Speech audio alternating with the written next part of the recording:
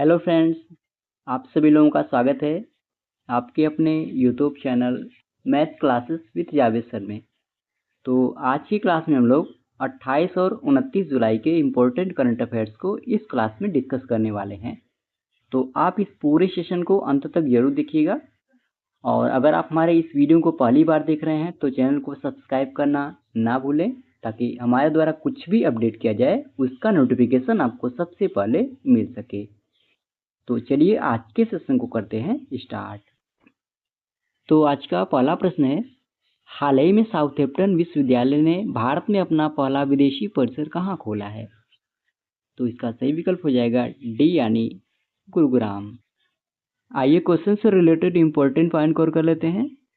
तो अभी केंद्रीय शिक्षा मंत्री ने हरियाणा के मुख्यमंत्री के साथ मिलकर गुरुग्राम में साउथहैम्पटन विश्वविद्यालय के भारत परिषद का उद्घाटन किया। यह सितंबर 2025 में अपना पहला शैक्षणिक सत्र शुरू करेगा। साउथहैम्पटन विश्वविद्यालय यह क्यूएस टॉप 100 संस्थानों में से एक है और यह ब्रिटेन की यूनिवर्सिटी है। और इस यूनिवर्सिटी ने गुरुग्राम में अपना पूर्व परिसर खोला है और भारत में ऐसा करने वाला यह पहला विदेशी विश्वविद्यालय भी बन गया है। अच्छा, अब लोग भारत में पहले से संबंधित कुछ स्टैटिक प्रश्न को डिस्कस कर लेते हैं। तो भारत का पहला लकड़ी से बना गुरुद्वारा स्थापित किया गया पंजाब में। इस गुरुद्वारा के नाम की बात करें तो गुरुद्वारा का नाम है श्री नानक निवास। भारत का पहला वन्यजीव बैंक स्थापित किया गया पद्मजा नायडू हिमालयन प्राणी उद्यान में। भारत का पहला हाइपरलूप परीक्षण ट्रैक लॉन्च किया आईआईटी मद्रास ने। समान नागरिक संहिता यानी यूनिफॉर्म सिविल कोड लागू करने वाला भारत का पहला राज्य बना उत्तराखंड। भारतीय रेत कलाकार सुदर्शन पटनायक सेंट मास्टर पुरस्कार जीतने वाले पहले भारतीय बने। भारतीय सेना ने पहली बार FPV कॉमिकेज ड्रोन का कहाँ सफलतापूर्वक परीक्षण किया? तो पंजाब के पठानकोट में। देश की पहली स्वदेशी MRI मशीन का परीक्षण किया गया अखिल भारतीय आयुर्विज्ञान संस्थान यानी एम्स नई दिल्ली में। भारत की पहली नाइट सफारी कुकरेल का निर्माण उत्तर प्रदेश के लखनऊ में। भारत का पहला जलमग्न संग्रहालय यह महाराष्ट्र के सिंधुदुर्ग जिले में INS गुलदार को डुबोकर बनाया जाएगा। भारत का पहला क्वांटम कंप्यूटिंग गांव बना आंध्र प्रदेश का अमरावती। चंद्रमा के दक्षिण ध्रुव का पहला विस्तृत भूवैज्ञानिक मानचित्र तैयार किया भारतीय वैज्ञानिकों ने। भारत का पहला भेड़िया अभ्यारण्य खुला झारखंड के लातेहार में। भारत में ट्रेन में ATM स्थापित करने वाला पहला बैंक ऑफ महाराष्ट्र, इसे पंचवटी एक्सप्रेस में स्थापित किया गया है। अगला प्रश्न है, जुलाई 2025 में इग्नू की पहली महिला कुलपति कौन बनी है? तो इसका सही विकल्प है ए यानी उमा कांजीलाल। अच्छा, अब इग्नू इसका फुल फॉर्म क्या होता है? तो Indira Gandhi national open university इसका फुल फॉर्म होता है। आइए डिटेल में जान लेते हैं। तो अभी उमा कांजीलाल को इंदिरा गांधी राष्ट्रीय मुक्त विश्वविद्यालय यानी इग्नू का कुलपति नियुक्त किया गया है, जो 1985 में विश्वविद्यालय की स्थापना के बाद से यह पद संभालने वाली पहली महिला बन गई हैं। अब बात करें उन्होंने किनका स्थान लिया है, तो उन्होंने प्रोफेसर नागेश्वर राव का स्थान लिया है। इससे पहले उन्होंने मार्च 2021 से जुलाई 2024 तक वाइस चांसलर के रूप में कार्य किया है। उनके कार्यकाल की बात करें तो उनका कार्यकाल 5 साल या उनकी उम्र से 70 वर्ष तक जो पहले पूरा हो तब तक वह इस पद पर बनी रहेंगी। अगला प्रश्न है, जुलाई 2025 में जारी हेनले पासपोर्ट इंडेक्स में भारत किस स्थान पर है? तो इसका सही विकल्प है बी यानी 77वें। तो हेनले पासपोर्ट इंडेक्स 2025 में भारत की रैंकिंग में सुधार हुआ है। भारत 8 स्थान से ऊपर चढ़कर 85वें स्थान से 77वें स्थान पर पहुंच गया है। इस तरह भारतीय पासपोर्ट धारकों को वीजा मुक्त सुविधा देने वाले देशों की संख्या बढ़कर 59 हो गई है, जो 2024 में यह संख्या 57 थी। शीर्ष 3 देशों की बात करें तो पहले स्थान पर रहा सिंगापुर, दूसरे स्थान पे जापान, तीसरे स्थान पे दक्षिण कोरिया रहा।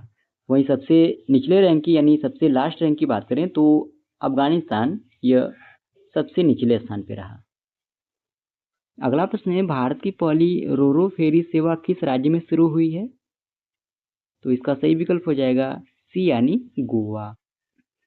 तो अभी हाल ही में गोवा सरकार ने मांडोवी नदी पर देश की पहली रोरो यानी रोल ऑन रोल ऑफ फेरी सेवा का शुभारंभ किया। यह सेवा रोवाओ द्वीप और रिबाउंडर के बीच तेज सुरक्षित और सुविधाजनक तेज जल परिवहन सुनिश्चित करेगी। इस नई सेवा के अंतर्गत गंगोत्री और द्वारका नामक 2 आधुनिक नौकाएं चलाई जाएंगी। अच्छा, अब क्वेश्चन हमारा गोवा राज्य से संबंधित था, तो हम लोग गोवा से संबंधित कुछ स्टैटिक प्रश्न को डिस्कस कर लेते हैं। तो अभी पूर्ण कार्यात्मक साक्षरता हासिल करने वाला दूसरा राज्य बना गोवा, पहला राज्य है मिजोरम। 30 मई 2025 को गोवा राज्य दिवस मनाया गया 38वीं वर्षगांठ के रूप में।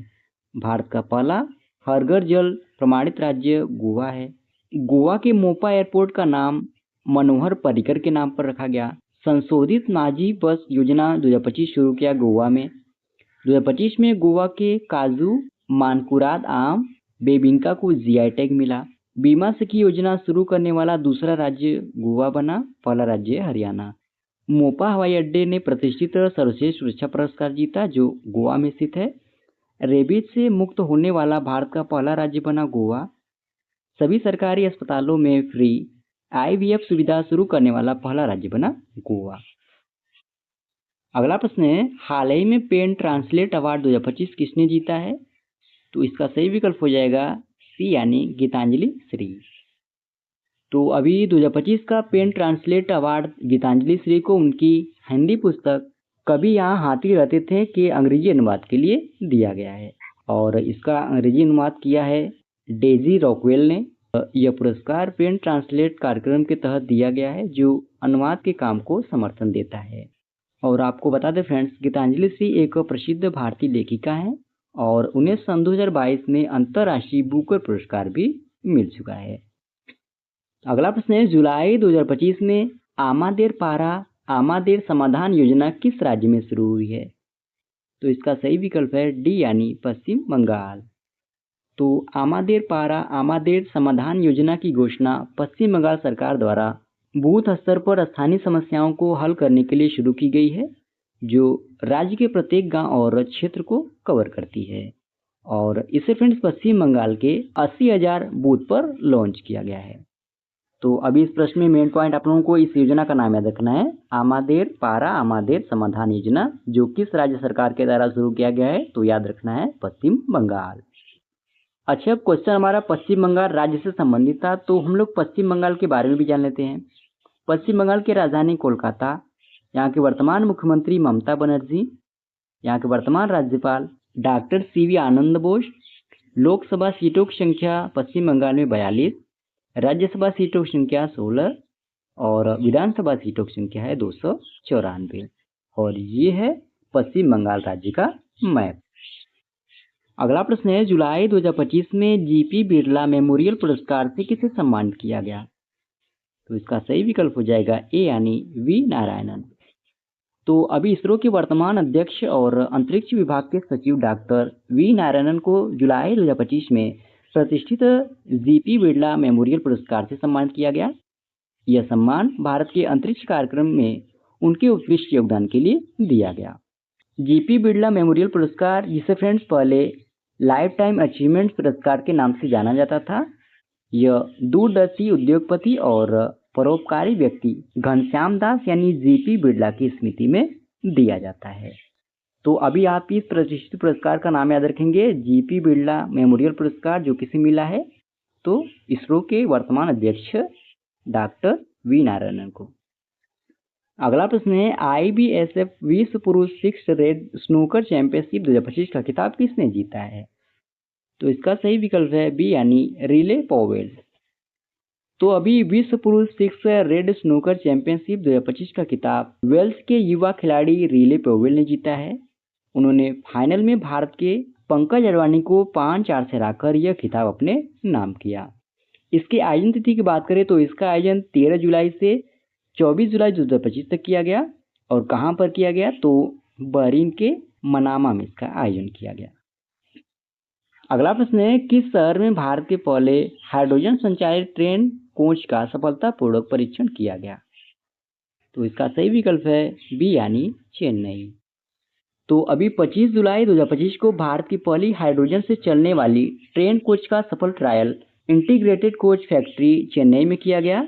इस ट्रायल में कोई नया कोच नहीं बनाया गया बल्कि पुराने डीजल डेमो यानी diesel electric multiple unit coach को हाइड्रोजन ईंधन पर चलने के लिए संशोधित किया गया है।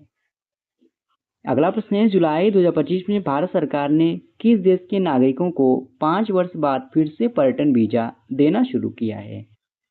तो इसका सही विकल्प है सी यानी चीन।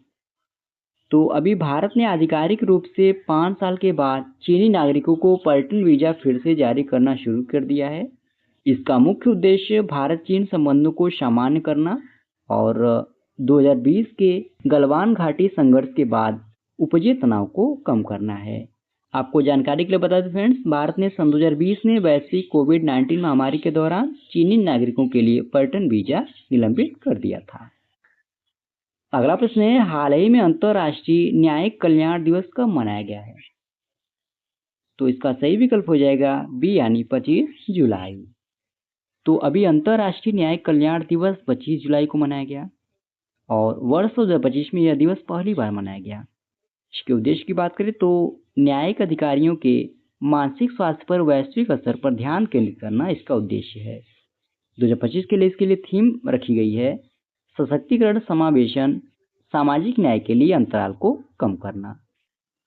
अगला प्रश्न है, किसे संसद टीवी के नए मुख्य कार्यकारी अधिकारी यानी सीईओ के रूप में नियुक्त किया गया है? तो इसका सही विकल्प हो जाएगा ए यानी उत्पल कुमार सिंह। तो अभी फ्रेंड्स, लोकसभा महासचिव और पूर्व आईएएस अधिकारी उत्पल कुमार सिंह को संसद टीवी के नए मुख्य कार्यकारी अधिकारी का अतिरिक्त प्रभार सौंपा गया है। और बात करें उन्होंने किनका स्थान लिया है, तो उन्होंने रजित पुन्हाने का स्थान लिया है। अगला प्रश्न है, किस दिन केंद्रीय रिजर्व पुलिस बल यानी सीआरपीएफ का 87वां स्थापना दिवस मनाया गया? तो इसका सही विकल्प हो जाएगा सी यानी 27 जुलाई। तो अभी फ्रेंड्स, केंद्रीय रिजर्व पुलिस बल यानी सीआरपीएफ का स्थापना दिवस 27 जुलाई को मनाया गया और इस दिन को 1939 में सीआरपीएफ की स्थापना की याद में मनाया जाता है, जब इसे क्राउन रिप्रेजेंटेटिव पुलिस के नाम से स्थापित किया गया था और बाद में इसे 28 दिसंबर 1949 को इसका नाम बदलकर केंद्रीय रिजर्व पुलिस में बदल दिया गया। अगला प्रश्न है, आदि तिरुवथिराई महोत्सव कहाँ आयोजित किया गया है? तो यह महोत्सव फ्रेंड्स तमिलनाडु में आयोजित किया गया है, यानी डी ऑप्शन सही हो जाएगा। और इसके आयोजन की बात करें तो इसका आयोजन 23 से 27 जुलाई 2025 तक किया गया और यह महोत्सव महान चोल सम्राट राजेंद्र चोल प्रथम की जयंती के उपलक्ष्य में मनाया गया। अब किसके द्वारा मनाया गया? तो इसे संस्कृति मंत्रालय के द्वारा इस महोत्सव को मनाया गया। अगला प्रश्न है, हाल ही में आयोजित विश्व स्क्वैश जूनियर चैंपियनशिप के महिला एकल में अनाज सिंह ने कौन सा पदक जीता है? तो इन्होंने कांस्य पदक जीता है, यानी सी ऑप्शन सही हो जाएगा। तो इसी प्रश्न के साथ ही फ्रेंड्स, ये आज का हमारा डेली करंट अफेयर्स का सेशन समाप्त होता है। आशा करते हैं आज का आपको सेशन अच्छा लगा होगा और इस वीडियो का पीडीएफ आपको हमारे टेलीग्राम चैनल पे मिल जाएगा, जिसका लिंक वीडियो के डिस्क्रिप्शन में दिया गया है। आप उसे वहां से इजीली डाउनलोड कर सकते हैं। और इस वीडियो में लास्ट तक बने रहने के लिए धन्यवाद। आज के लिए इतना ही। जय हिंद, वंदे मातरम।